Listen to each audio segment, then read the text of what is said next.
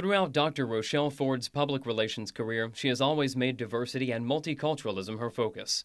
Ford's public relations career began at the University of Tennessee at Martin as a public relations instructor. She now holds the position of Associate Dean for Research and Academic Affairs at her alma mater, Howard University. There she conducts research centered around diversity in the public relations field and also oversees many different student-run public relations organizations. Along with her formal research, she has also written a monthly column called Diversity Dimensions for the award-winning newspaper Public Relations Tactics. In addition to her writing accomplishments, Dr. Ford travels across the country, giving presentations and workshops with diversity in public relations as her subject. Dr. Ford's ardent work ethic has been recognized by the National Capital Chapter of the Public Relations Society of America. She was awarded the 2006 Diversity Champion Award for her efforts in bringing attention to the issue of ethnic and cultural diversity.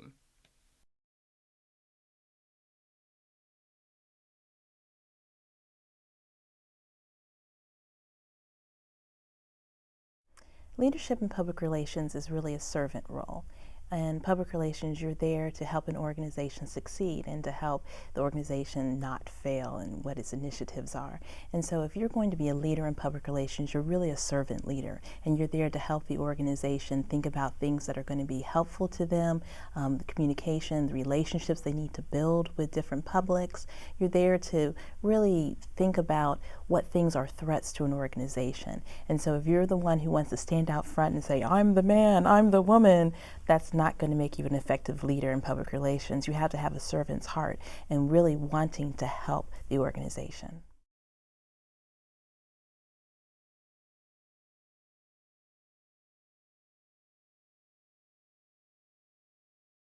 I think one is humility, that you have to have a humble servant's heart, and that'll go a long ways versus someone who has an outstanding ego, because again, the best public relations people are the rainmakers behind the scenes. In addition to that, I think transparency is critical, that you have to be open and honest, and that goes into the third principle of honesty. Honesty is the best policy. You learn these simple things when you were a kid, to be open and to be honest, and that's a key to a public relations leader's characteristics.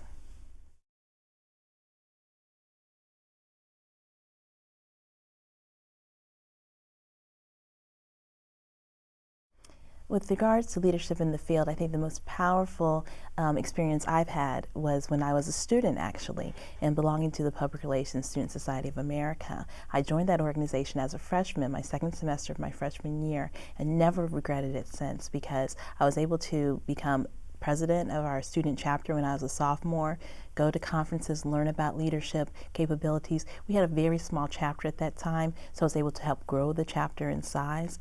And then I was able to learn more leadership on a national level when I was elected to be a district representative at that time. They had a district structure similar to what PRSA has, and to help chapters around the East Coast learn how to increase their membership and learn about the public relations practice. And so that gave me a lot of exposure and even enough confidence to run for a national office. Now, of course, I didn't win the national presidency, but the ability to stand up in front of hundreds of students who I didn't know and to give a presentation and to promote myself was a wonderful experience, and one that I'll never forget. And then it also gave me a network that I still have to this day. I remember meeting Betsy Ann Plank when I won the PRSSA Betsy Ann Plank Scholarship. And through PRSSA, I would have never met a mentor like her. Meeting Oldfield Dukes as a student through the Public Relations Student Society of America. Again, a mentor that I have for life. But it was being a leader in that organization that opened doors to meet great professionals like the two of them.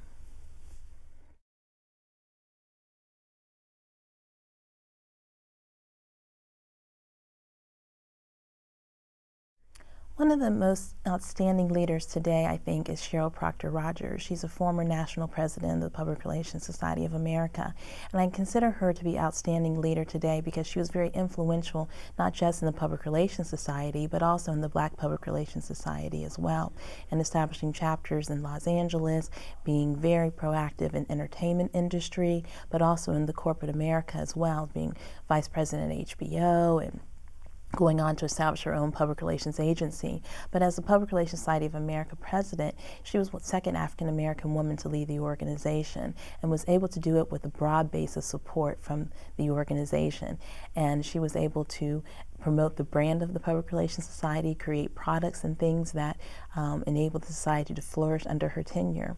But she does it through a very nice, gentle spirit. She's someone who you genuinely enjoy being around. But she's a tough cookie, and you're not going to pass one by her because she's a nice person. But she's a very strong, humble leader.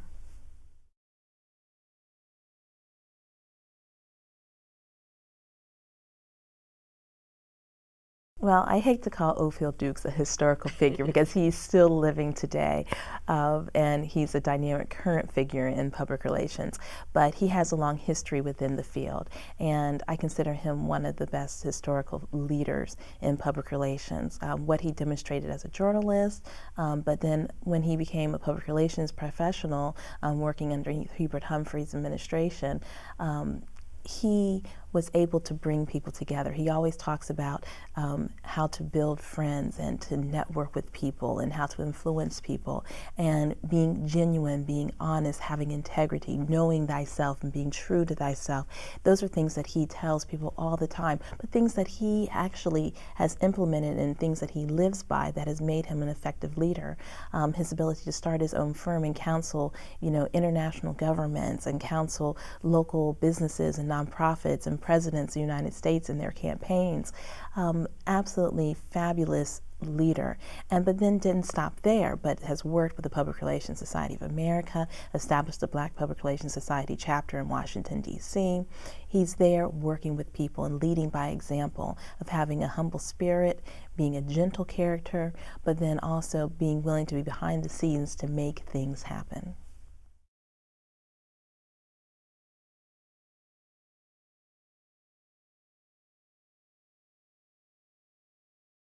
I think you use the same leadership skills in public relations that you use in other professions. You may not, again, always be the upfront person, but at times you have to be the one who stands up for what's right.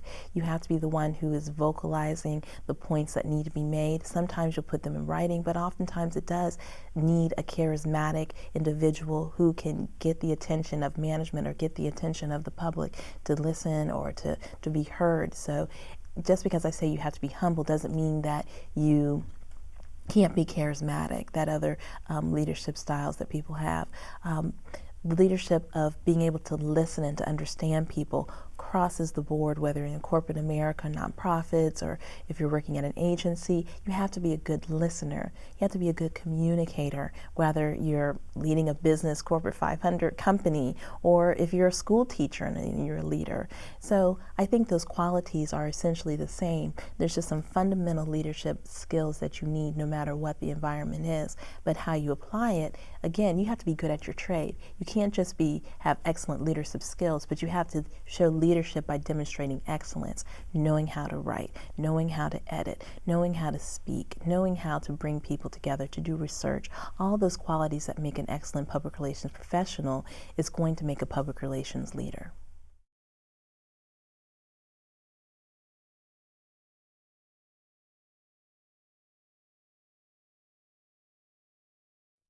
I think that the leadership skills are essentially the same no matter the environment that you're in. Again, you have to be excellent at your trade. And I say trade, but excellent at your profession as well. And you have to be an ethical person. I think that's critical no matter what industry you're in. You have to be true to the organization and true to the people that you're working with. And so that you are representing the public's best interest within the organization, no matter if it's a nonprofit or a corporation. I think that a leader should be able to go between different types of organizations and still be effective.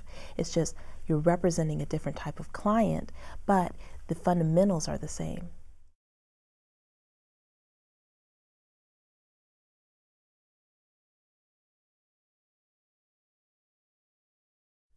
I think first, really observing excellent leaders. You can't work within isolation. You need to look and see who is doing it right. Talk to those individuals. Look for strong mentors who can help you develop your own skills. I wouldn't be here without excellent mentors, and I learn from them. I've learned from their mistakes and say, okay, I'm not going to do it quite that way, but I've learned from their successes as well. So finding an excellent mentor, getting involved in student organizations like PRSSA, again, it gives them an opportunity to work with their peers. And if you can motivate your peer group, then you can really begin to motivate people who are different than you as well. So I think getting involved with organizations, but then also really finding great mentors or people that you find as role models and begin to try to copy the things that are good and avoid their mistakes.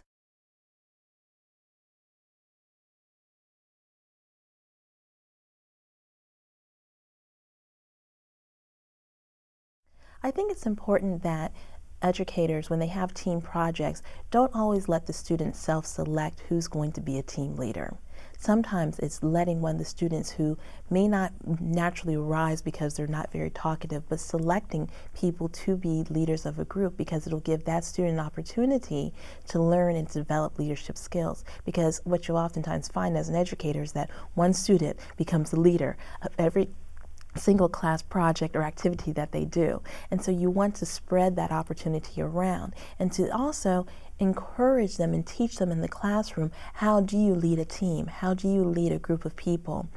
So that it's not just something that you let them flounder and do on their own, but you actually teach those skills. How to lead a group meeting, how do you try to listen to people, take notes, how do you summarize a meeting? Although that sounds like a secretarial skill, a leader has to be able to do that as well because they need to be able to collect their thoughts, collect the thoughts of others, and then learn how to bring people together to come across some sort of consensus or way to move forward in the best interest of an organization.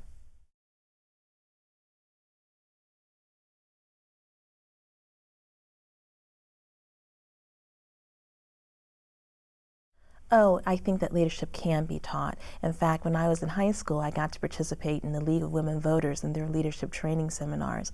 In college, I was in the Inroads program, which taught young people how to become corporate executives.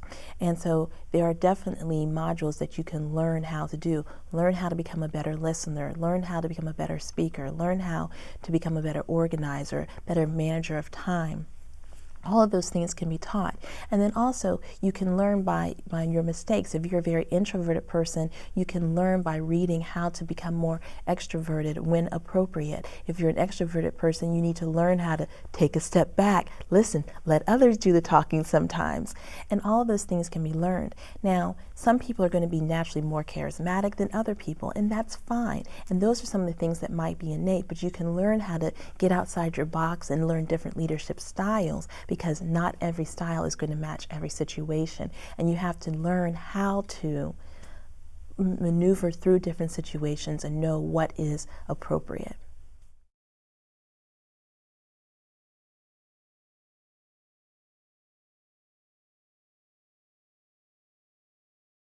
Is there a lack of leaders in the profession is a good question. I think that people lead in different styles and in different manners and different environments. So I wouldn't say that there's a lack of good leaders, but I think that we need to continue to develop and have opportunities for leadership development. I believe that, again, these are skills that can be taught. And so when we have our professional development seminars or conferences like IABC's conferences that they have, or Public Relations Society or the Council of PR Firms and the events that they have, that you can teach and actually have these seminars on listening, on time management, on public speaking, and make sure that the various skill sets are taught at these different conferences or chapters and events. And so that it's not just learning how to write better or learning how to do new media better, but learning various leadership characteristics.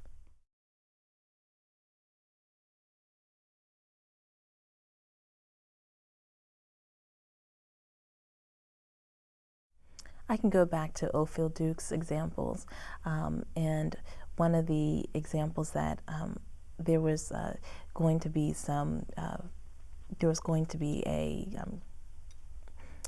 a crisis where people were going to begin to boycott because of unfair practices. And he was able to listen to the public and listen to the organization and help people come down and meet together and talk about it and to avoid that boycott from happening.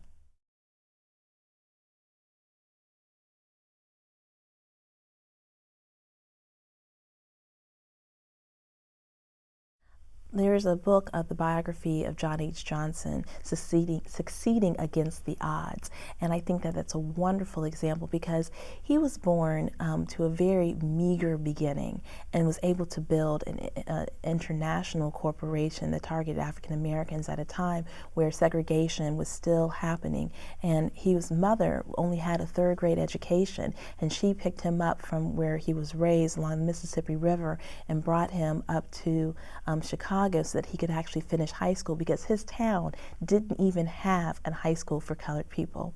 And so she packed up her family, moved up to Chicago. He was able to finish high school there, started out by working as his high school publication and became a leader. Even though he had this nice country accent from Arkansas City, he was able to become a leader. And what he did, he would practice in front of the mirror, learning how to talk. Because again, not saying that a Southern accent is bad, because it's not, but when you talk to Northerners and you have a Southern accent, all of a sudden they think that you're slow or you're not that intelligent. And so he learned to be able to isolate back and forth between cultures so that he could use his Southern twang at home, but then go in front of his audience of his peers at school and learn how to speak with the typical American standard, English. But in addition to that, he was able to have confidence in himself and his abilities. Again, not looking at what his past, his meager beginnings were, but then have confidence in himself and say, you know what, it's okay to dream and it's okay to go after that dream. So he actually took out a loan on his mother's furniture and able to start his first publication, $300. And his publication went from just one publication into Ebony, Jet magazine. Then he went on to establish a fashion fair product line for women, cosmetic line, went on to have hair product lines. So there was a lot of different businesses that emerged just from having belief in himself and daring to dream and go after those dreams. And it's a very motivational book. It's a very easy read because it's written in first person and telling of his experiences. And he quotes a lot of people who are leaders in themselves, from Dale Carnegie and other people. So it's an excellent read, Succeeding Against the Odds.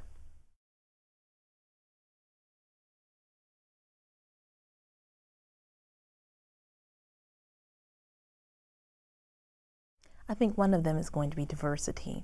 America is changing so much, and people are afraid of that word diversity. They're thinking, oh, that's something else. I don't want to deal with that. That's just affirmative action. But it's good public relations. I always joke with people and say, okay, how many of you do campaigns just to target white people? And people then laugh at me and say, that's a weird thing. I said, because all white people are alike, aren't they? And so you can do a campaign to target all white people in America. And they think it's just the funniest statement ever made. But on the other hand, people then will say, oh, well, we need a special practice to target black people as if it's a monolithic group. Or we'll target all Hispanics because, they represent all the same countries. Or really, we'll target Asians because they too all speak the same language. And as you know, those are all very hilarious statements as well. But people are afraid to look at different elements of diversity, not just along racial lines, on gender lines. People are afraid to talk about how the international implications of public relations are affecting domestic publics as well as international publics. People don't like to talk about people who are different than them. Looking at the gay, lesbian, transgendered communities, that's a very important public that needs to be looked at because they deserve to have communications because they're people too.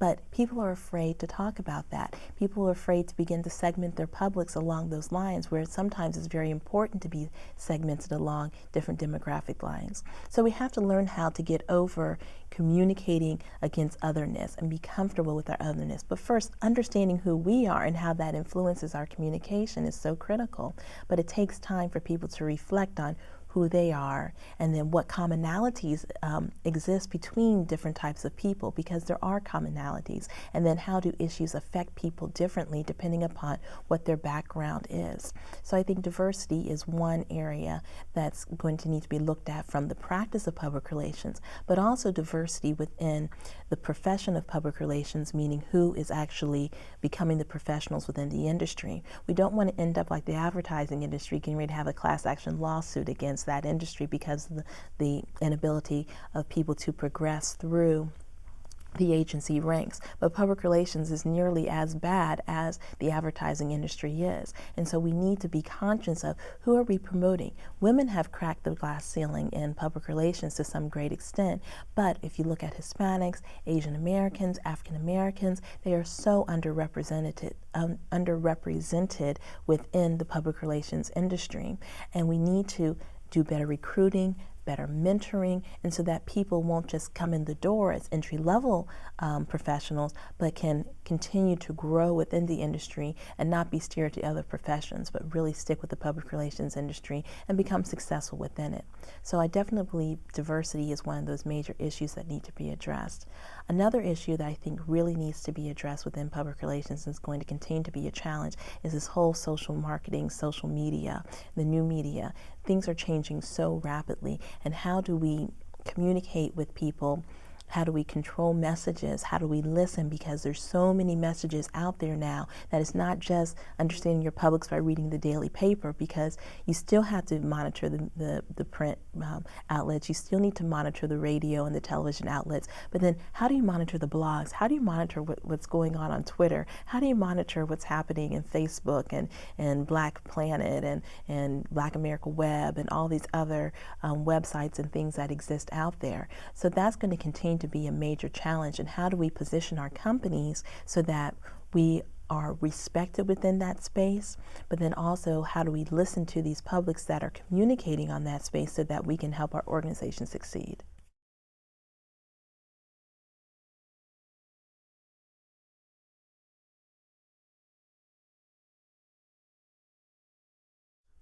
Right. And starting off, yeah, I still believe that some of the best training is learning how to think like a journalist, because you're going to learn how to ask excellent questions. You're going to learn how to write. You're going to learn how to edit. And I think that those are some fundamental skills that you can't get rid of, because I believe part of what the public relations person's job is to have the questions and answer them before anybody else does. And so if you can learn how to ask good questions, if you can learn how to respond to those good questions, if you can learn how to gather that information from your publics and really become a good listener, I think that you'll be on the right track to become a good public relations professional. Now, I'm not saying that you have to become a journalist first and go work at newspapers before you enter in the industry. I don't think that that's the case. But I think that working for publications, at least on your college level, gives you that opportunity to learn, to get to know people, to get outside of your comfort level so that you can communicate on behalf of people. The other thing is get involved again with public relations organizations like PRSSA. So many of these college campuses have student-run agencies now where you can actually work and learn how to become a leader in doing projects for real clients. And I think that that's a critical thing to be able to do. Even doing public relations projects for your sororities or for your other state clubs or community groups that might be on campus, or a local nonprofit that might need some help, and just to get your feet wet. The other thing is internships. Learning from the pros. Although student agencies are great and doing freelance work is wonderful, but going in and working underneath a professional to learn what their trade is or what their profession is, and to have someone supervising you so you can learn the etiquette of offices, so you know that you're not going to be on Facebook when you're supposed to be doing work time. Not that any of my students would ever do that, because they're absolutely wonderful, perfect individuals, but I've heard that, I've read it someplace, that there's sometimes is a challenge in office etiquette, and that needs to be something that students must learn is office etiquette, how to sit, how to talk, how to eat a meal. All of those things are so important, and I think through internships and also through professional organizations, students can learn those skills. So write, getting involved in activities like student-run agencies and getting internships will help set students on the right path.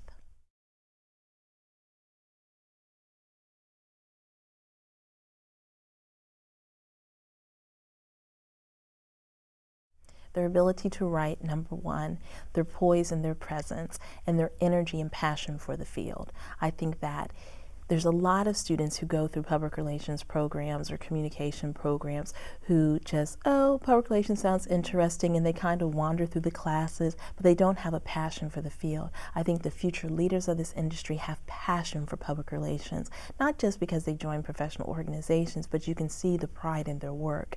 And the work, again, the writing ability. Because if you can write well, more than likely you can speak well as well, because you know how to put ideas together. And so I would look for someone who has passion, someone who has poise, and someone who can write.